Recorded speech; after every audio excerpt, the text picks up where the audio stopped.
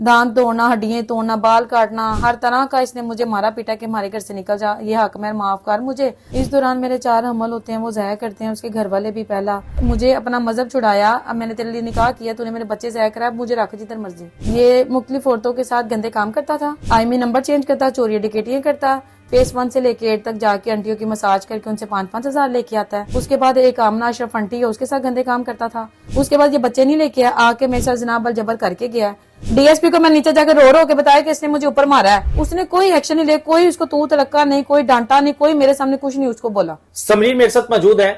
काफी अरसा पहले ये अपना मजहब तब्दील करती है और मजहब तब्दील करने की वजह यह है कि एक मुसलमान शख्स से प्यार होता है, मोहब्बत में मजहब तब्दील करती है और तब्दील करने के बाद उस मर्द से ये शादी भी कर लेती है। शादी करने के बाद इसे इल्म होता है कि उस पर कई किस्म के मुकदमात दर्ज हैं, वो फ्रॉडी है, नौसरबाज है। उसके बाद ये उसे समझाने की कोशिश करती है, इससे ये फिर उसकी चैट्स पकड़ती है कि उसके मुख्तलिफ खवातीन के साथ जो है नाजायज ताल्लुकात में 2 बच्चे हो गए इसके, 4 बार इसका हमल जाया करवाया गया। ये खातून जो है आज दर बदर की ठोकरें खा रही है। घर वाले अब इसका साथ दे रहे हैं कि नहीं दे रहे, क्या मामला था, वो शख्स है कौन था और अब अकेली कैसे ये जंग लड़ रही है, इसी की जुबानी जानने की कोशिश करते हैं। नसरीन, सबसे पहले तो अफसोस है कि आपने जो मुझे पर्चे दिखाए कि आपने उस शख्स पे एतबार किया जो एतबार के काबिल नहीं था। ये शख्स है कौन था? अस्सलाम वालेकुम। वालेकुम सलाम। उसका नाम नकाश है और 2017 में मैं इस्लाम कबूल करती हूँ। इस्लाम कबूल करने के बाद फिर उससे निकाह करती हूँ। निकाह करने के बाद 2 साल वो मुझे इसी तरह बाहर होटलों में मिलता है। बेसार शर्त ये कि मैं तेरा बंदा मुझसे मिलती रहे, अभी मैं तुझे शादी करके नहीं लेके जा सकता। इस दौरान मेरे 4 हमल होते हैं, वो ज़ाया करते हैं। उसके घर वाले भी पहला, उसके बाद 3 वो करता है। उस दौरान आपके घर वालों को इल्म नहीं, था? मेरे घर आप वालों घर को से नहीं कैसे पता। निकलती थी? खतून के मैं लिए तो बड़ा मुश्किल हो जाता है ना घर हाँ से जी, निकलना, मिलना जाना। जी मैं उस टाइम बीकॉम कर रही थी और वारिस रोड पे ब्रेन कॉलेज है, उधर से कोर्स भी कर रही थी। और इस अच्छा, तरह उस वक्त आप पढ़ाई कर रही थी अपनी? जी मैं पढ़ाई कर रही थी। पढ़ाई के दौरान ही 2 घंटे निकाल के इससे मिलने जाती होती थी, क्योंकि जो कॉलेज के बाहर आके खड़ा होता था। जब मैंने कॉलेज से आना, इससे मिलने के बाद अकेडमी से छुट्टी करनी, फिर इससे मिलके फिर घर जाना, इतनी बुरी कंडीशन होती थी जब भी इसने मिलना तब। उसके बाद जब जब इसने मेरे बच्चे ज़ाया कराए तब। फिर इस और आप दौरान रजामंद होगी, एक माँ के लिए तो बड़ा मुश्किल होता है, और आप रजामंद मैं होगी बहुत इसके। इसने बोला कि मैं आपके साथ रहूंगा तो बहुत सारे बच्चे ये आप मेरे लिए ज़ाया कर दो, सिर्फ एक कुर्बानियां दे दो मेरे लिए, क्योंकि मेरे घर वाले नहीं मान रहे, मैं आपको अभी शादी करके नहीं लेके जा सकता। मैं आपके साथ हूँ ना, मैं आपके पास हूँ, आपके साथ हूँ। झूठ बोल के इसने पहला बच्चा इसकी अम्मी और अब्बू ने जाके मेरा ज़ाया कराया। अच्छा, इसके वालिदैन साथ गए थे? जी साथ गए थे। इसने अपने वालिदैन को कैसे मना लिया इस गलत काम के लिए? क्योंकि उसके वालिदैन ने बोला कि बच्चा हमने नहीं लेना, इससे बच्चे पैदा नहीं करने, ये तूने किया था, तेरी मर्जी सी, तेरा खिडौना सी, तू इतना खेड, पर शादी तो हमारी मर्जी की लड़की से करेगा, इससे नहीं करेगा, उसकी माँ बाप ने बोला। उसके बाद खैर नकाश मुझसे फिर भी मिलता रहा, क्योंकि नकाश को पता था अब इसका मैंने मजहब भी तब्दील कराया, इसे निकाह करके इसको यूज भी किया, इसका बच्चा भी ज़ाया कराया, तो अब ये मेरे गले पड़ गए, इसको मैं कैसे उतारूं। नकाश ने मुझे बहुत मारा, इस दौरान लड़ाइयां झगड़े भी हुए, फिर भी मिलता रहा, फिर बच्चे हुए, फिर इसने ज़ाया कराया 2-2 माह के। और निकाह का जो नकाश के घर वालों को पता लग गया था? हाँ जी लग गया था। आपके घर वालों को? मेरे घर वालों को नहीं था, तब आपको चला नहीं था? नहीं। मैंने 2019 में अपने घर वालों को बताया, और जिस दौरान ने मेरे बच्चे ज़ाया तब मैंने अपनी अम्मी को और भाभी को बताया था, पर बाकी भाइयों को और अब्बू को नहीं था पता। 2019 में फिर जब मेरी शादी हुई तब भी मेरे घर पे किसी को नहीं पता, सिर्फ अम्मी को और भाभी को पता है। यहाँ मेरी जो आंटियां थी जिनका मैं पार्लर का काम करती हूँ, बाजियों का, उनको पता था बस। जब मेरा 2020 में मुझे पहला बेटी होती है तब जाके मेरे घर वालों को पता चलता है कि इसकी ये कंडीशन, क्योंकि उन्होंने मुझे मार के घर से निकाल दिया था कि हमने ये भी बच्चा नहीं लेना। आप इसके घर में भी रही हो फिर? हाँ जी, मैं कितना इसके घर में रही हो? इसके घर पे कम से कम तो कोई 5-6 महीने रही होंगी, वो भी मार कुटाइयां खाती रही हूँ। दांत तोड़ना, हड्डियां तोड़ना, बाल काटना, हर तरह का इसने मुझे मारा पीटा के हमारे घर से निकल जा, ये हक मैं माफ कर मुझे, और तलाक नकाश के वालिदैन पहले तो आपको कबूल नहीं कर रहे थे? नहीं थे फिर कर कैसे रहे। कबूल कर लिया? वो मजबूरी थी उनकी, क्योंकि मतलब उसके गले जो मैं पड़ गई। मैंने बोला कि तूने मेरे लिए मुझे अपना मजहब छुड़ाया, अब मैंने तेरे लिए निकाह किया, तूने मेरे बच्चे ज़ाया कराया, मुझे रख जिधर मर्जी। घर वालों की रजामंदी से आप रुखसत हुई थी फिर? नहीं, मेरी सिर्फ अम्मी को पता था और भाइयों से, अब्बू से, सबसे चोरी हुई थी। तो बाद में उन्होंने इशू नहीं बनाया इस चीज का बनाया, कि वो लड़ाई कहाँ गई? झगड़े हुए, बहुत मसले मसाइल हुए, मेरी अम्मी को भी मार पड़ी थी, बड़े मसले मसाइल हुए हमारे आपकी घर। वजह से? हाँ जी, मेरी वजह से। आपकी वालदा भी मार खाती रही? हाँ जी, भाभी भी खाती रही मार, और मतलब काफी मसले हुए, खानदान गली मले वाले एक एक बंदा ताने देता था, और वो शर्म के मारे घर से बाहर नहीं थे निकलते। जो कुछ मैंने देखा या सुना है, मेरी वजह से मेरे घर वालों ने बड़ी मतलब अजीतें बर्दाश्त की हैं, और इसकी वजह से मैंने बहुत ज्यादा की हैं। अब आपके बच्चे कितने हैं? अब मेरे 2 बच्चे हैं। 2 बच्चे हैं, क्या उम्र है उनकी? बेटी की मेरी 6 साल है और बेटा मेरा 3 साल का कल हुआ है, कल उसकी सालगिरह थी। बच्चा 3 साल का हुआ है। जी। तो बच्चों से मिले कितनी देर हो गई आपको? मैंने 2023 में के बाद अपने बच्चे नहीं देखे। नहीं देखे। नहीं खुला देखे। लेने की वजह क्या थी? अब ये मुख्तलिफ औरतों के साथ गंदे काम करता था, आईएमई नंबर चेंज करता, चोरी डिकेटियां करता, फेस 1 से लेके 8 तक जाके आंटियों की मसाज करके उनसे 5-5 हजार लेके आता है। उसके बाद एक आमना अशरफ आंटी है, उसके साथ गंदे काम करता था। वो किसी तरीके से मुझे ढूंढ के ना हमारे घर आके कहती है, जी ये सोने का सेट है, ये मेरी 4 अंगूठियां आपका बंदा ले गया, 50 हजार रुपया भी ले गया, जिसकी FIR कंप्लेन है, सारा कुछ मेरे पास पड़ा हुआ है। मैंने उसको बोला, बेबी मैंने भी छोड़ दिया उसको, तो तू जाके FIR करा। उसने शेरा कोर्ट में इसका पर्चा कराया जना का, और उन जिमनियों में इसके वकील ने और इसने मेरे खिलाफ ही जिमनियां ली थी कि साहबका बीवी ने ये पर्चा मेरी मशूक के साथ मिलकर कराया है। और अब जो मैंने इसके ऊपर FIR कराई है, मैंने इसके ऊपर मतलब इससे खुला ले ली, अदालत से भी लिया, वो भी मेरे पास स्टैंपे लगी हुई पेपर है। खुला लेने की वजह यही थी कि ये औरतों से गंदे काम, देखो चोरियां टिकटियां बर्दाश्त की, दाम तोड़े बर्दाश्त किए, बाल काटे, हड्डियां तोड़ी, बच्चे जाया कराए, इसके लिए दुनिया की हर तकलीफ बर्दाश्त की, सब कुछ बर्दाश्त किया। अब एक औरत जो नहीं बर्दाश्त कर सकती वो एक दूसरी औरत बर्दाश्त नहीं कर सकती। कितने अरसा बाद आपको पता लगा था कि चोरियां डिकेटियां करता है? शादी से पहले नहीं पता लगा? 2017 में इसका पहला पर्चा जो टोन में हुआ था, वो इसने मुझे बताया, मैं इतना शरीफ मासूम हूँ, हाफिज कुरान हूँ, ये मेरे दोस्तों ने मेरे ऊपर FIR कराई है। मैंने कोई चोरी नहीं की, मैंने कोई चोरी का फोन नहीं बेचा। ये भी इसने मुझे झूठ बोला, उसने अपनी बातों में लाया, मैंने इसके ऊपर यकीन किया। उसके बाद 2022 में 23 में मतलब इसी तरह चोरियां डिकेटियां करता रहा। फिर धीरे धीरे इसके राज मेरे ऊपर खुलते रहे, मैं धीरे धीरे इससे पीछे हो गई। 2022 के बाद मेरा इसके साथ मियां बीवी वाला कोई वास्ता रिश्ता नहीं है। शादी के दौरान कितना अरसा आपकी शादी रही थी? मेरी अब आके प्रॉपर तौर पे जो खत्म हुई है वो वैसे शादी रही कितने अरसा आपकी? वैसे 2017 में भी मार कुटाई, 18, 19 में भी मार कुटाई, 20 में भी मार कुटाई, 6 साल तकरीबन शादी 21 में भी मार कुटाई। हाँ, और 6 साल के दौरान ये सब पुलिस लेके जाती थी, अरेस्ट करती थी? हाँ जी, अरेस्ट करती थी इसको, अरेस्ट करती थी इसको। फिर मैंने खुद से अपने कजनों को, कुछ रिश्तेदारों की मिन्नत करके, जो तो मुस्लिम लोग हैं, जो मैं कहती थी मेरी हेल्प करें, मैं आपके मजहब पे आई हूँ, उन्होंने हेल्प करना और इसको छुड़ाने के लिए जाना, चीजें घर की बेच के इसको छुड़ाने के लिए जाना। काम क्या करता था ये आईएमई नंबर चेंज कर और चोरियां टिकटियां कर। तो घर का खर्चा कैसे चलाता था? इसी तरह घर पे बैठा रहता था, लड़के आते थे इसको फोन देते थे, या इसको बाइक पे बिठा के लेके जाते थे, क्योंकि ये थोड़ा जिम करता था, तो जाके लोगों से फोन छीन के उनका सेटिंग करके चेंज करके आईएमई नंबर तो जाके हार रोड पे बेचता था। या आंटियों की इधर से जाता था तैयार होके जाना, 5-6 घंटों के लिए आंटी की मसाज करके उससे पैसे लेके आना, घर का खर्चा उठाना बस। या मुझे कहना तेरी अम्मी सरकारी मुलाजिम है, चल अपनी माँ से पैसे लेके आ। तो वालदा से पैसे मंगवाती थी? तो मैं भी लेती थी अपनी अम्मी से, अम्मी मुझे मारेगा, तेरी मेहरबानी मुझे पैसे दे दे, मेरी अम्मी मुझे देती। इतना डरती थी फिर? हाँ जी, क्योंकि वो मुझे मारता था, मेरी बेटी उसके पास थी। आपको नहीं लगा कि एक गलत शख्स से शादी करके आपने अपनी जिंदगी बर्बाद कर दी? अपने साथ साथ अपने घर वालों की भी, अपनी वालिदा की भी, अपनी भाभी भी आपकी वजह से मार खाती रही? हाँ जी किया, पर क्या करती भाई, मैं उस वक्त कदम उठा चुकी थी और मेरा बच्ची भी हो गई थी और इतने ज्यादा हमल भी जाया हो चुके, ना इधर की रही ना उधर की रही। तो फिर इसके साथ मुझे मजबूरी वक्त चलाना पड़ा कि शायद आज नहीं कल नहीं ये ठीक हो जाए, बंदा बन जाएगा, कोई बात नहीं, अल्लाह ने औलाद भी दे दिया, मैं मुसलमान भी होगी, इतने तकलीफें भी इसके लिए उठाए, आज नहीं कल नहीं ये मेरी कुर्बानियों का सिला देगा, जो अच्छा हो जाएगा। आपने कोई जना का पर्चा भी इस पे करवाया हुआ है? हाँ जी, क्योंकि मैंने इसके और एक खामद पे करवाया है? नहीं, मेरा साहब शोहर है, मैंने ये अदालत से तलाक लिया उससे। अच्छा, खुला लेने के बाद? खुला लिया अदालत से भी और यूनियन काउंसिल से भी खुला लिया है, मोसे सर्टिफिकेट यूनियन वालों ने मुझे दिया है। उसके बाद मैंने इसको दिखाया भी है, मैं तेरी बीवी नहीं, मेरे बच्चे वापस कर दे, जिधर भी है मेरे बच्चे तो दे दे। इसने बोला 22 अक्टूबर को बोला कि मैं आपके बच्चे आपको देने के लिए आ रहा हूँ। उसके बाद ये बच्चे नहीं लेके आके मेरे साथ जनाब बल जबर करके गया। उसका 15 की कॉल करके पुलिस मौके पे 15 की कॉल आ जाती है। उसके बाद ये पुलिस में जाता है, आईओ कॉल करके मुझे बुलाती है, मेरे सारे डॉक्यूमेंट ले लेती है, ओरिजिनल सारे डॉक्यूमेंट गैप कर लेती है, फोटो कापियां भी गैप कर लेती है। उसके साथ मिलके मेरी ओरिजिनल तलाक को 2 नंबर साबित करके मेरे ऊपर FIR करके उसको बरी कर दिया।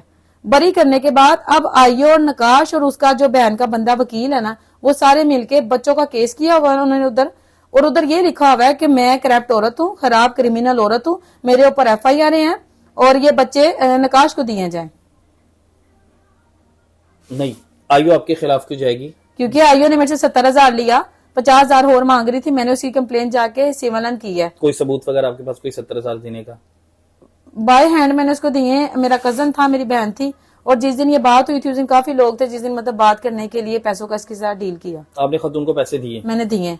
ये सच है, मैंने उसको दिए 70,000 दिया है। बाकी जो ऊपर खाए पिए हैं, और किला गुजर सिंह गढ़ी शोह थाना है, उसके साथ ही ढाका रेस्टोरेंट है, उधर से आप वीडियो हमारी निकाल लें।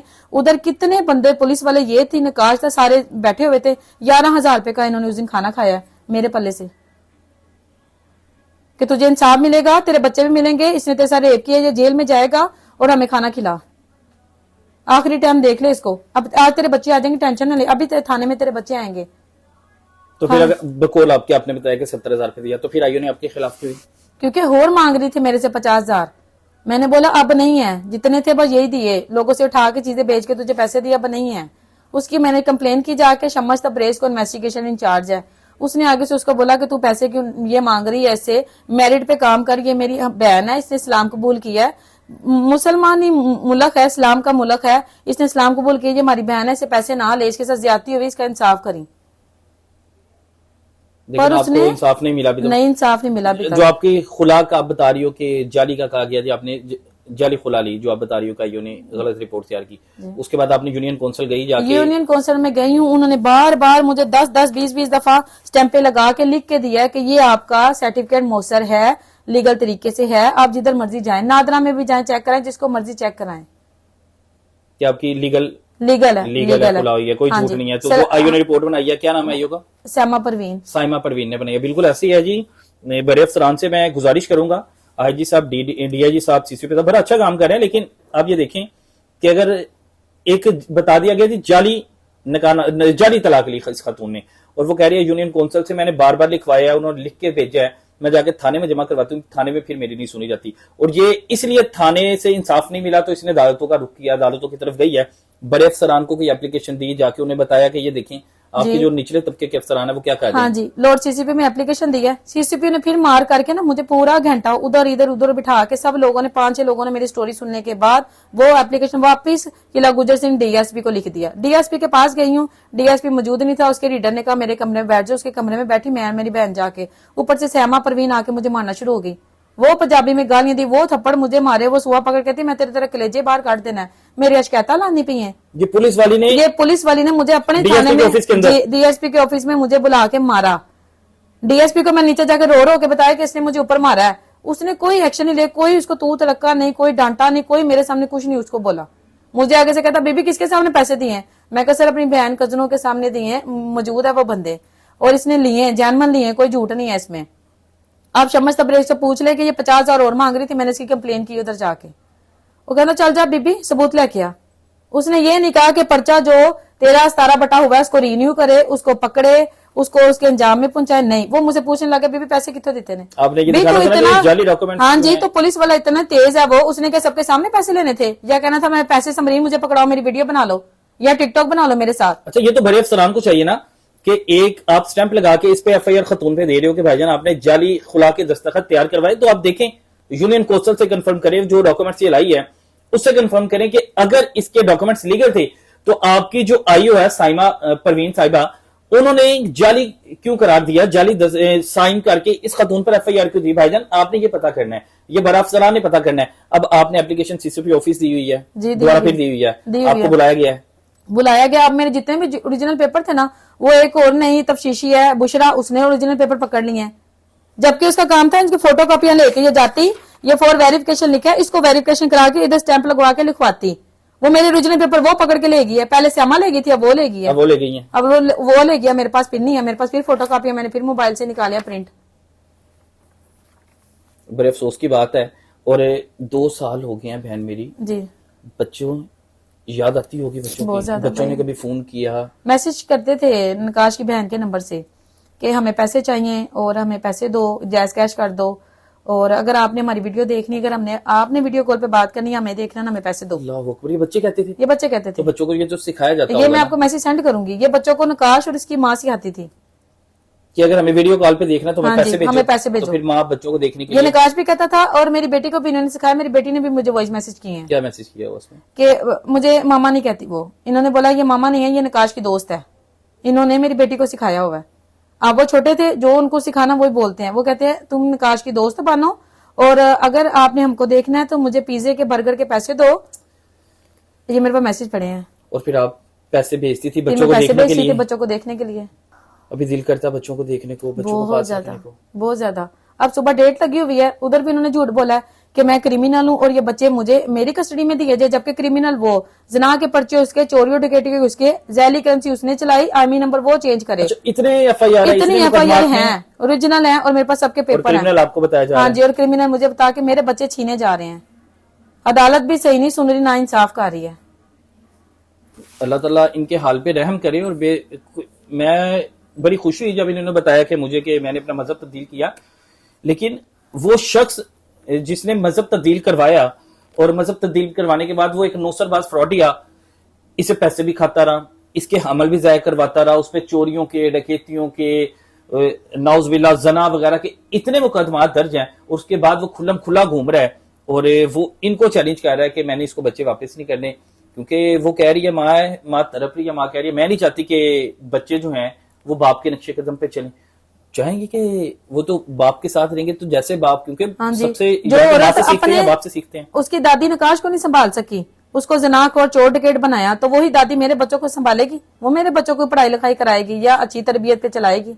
कोई पैगाम देना चाहती हैं मरियम नवाज साहिबा को, क्योंकि उन्होंने कहा खवातीन जो है मेरी रेड लाइन है, अगर आप बिल्कुल ठीक रास्ते पर हैं या बिल्कुल आपके पास सबूत पूरे हैं जी। और आप कानूनी तौर पे बिल्कुल कार्रवाई करना चाहते हैं मरियम नवाज को, कोई पैगाम आईजी साहब को, डीआईजी साहब को कोई पैगाम देना चाहते हैं? यही पैगाम देना चाहूंगी कि आप मरियम नवाज, आपकी बहुत मेहरबानी, और शेर जफर चट्टा को भी मैसेज देना चाहूंगी कि आपने बोला था जो औरत को उंगली लगाए उसका मैं हाथ काट दूंगा, और ये आके जना करके जा रहा है, इसको क्यों नहीं पकड़े, इसको क्यों नहीं काट रहे, चोरियां डकैतियां कर रहा है। मेडिकल आपने करवाया था? हाँ जी, मेडिकल कराया, की रिपोर्ट भी है? हाँ जी, पॉजिटिव आई है, उस पर मेरा पॉजिटिव आई है, गंगाराम से कराया है। 164 का बयान भी है, वो भी आईओ के पास है, पूरी पुलिस फाइल आईओ के पास है, ना मेरे पास मेडिकल है, ना मेरे पास 164 का बयान है, मेरे पास कोई एक चीज नहीं है। इवन के यहाँ तक जो ठोकर में उसकी कोई कॉपी वगैरह भी कोई भी नहीं है, आईओ ने मुझे कुछ भी नहीं दिया, मुझे बस ये कहती रही तू घर पे बैठी रह। 7 तारीख को ये इसने जेल भेजा है, 7 तारीख को जेल भेजा, 10 तारीख को उसकी बेल भी लगा दी आईओ ने उधर, और उसका पर्चा खारिज करके उधर कोर्ट में उसकी बेल लगाई। ना मुझे किसी की कॉल आई, ना मैसेज आया कि इसको पर्चा खारिज करके हम बेल रख दी, इसको फरार करने लगे, मुझे किसी ने नहीं बताया।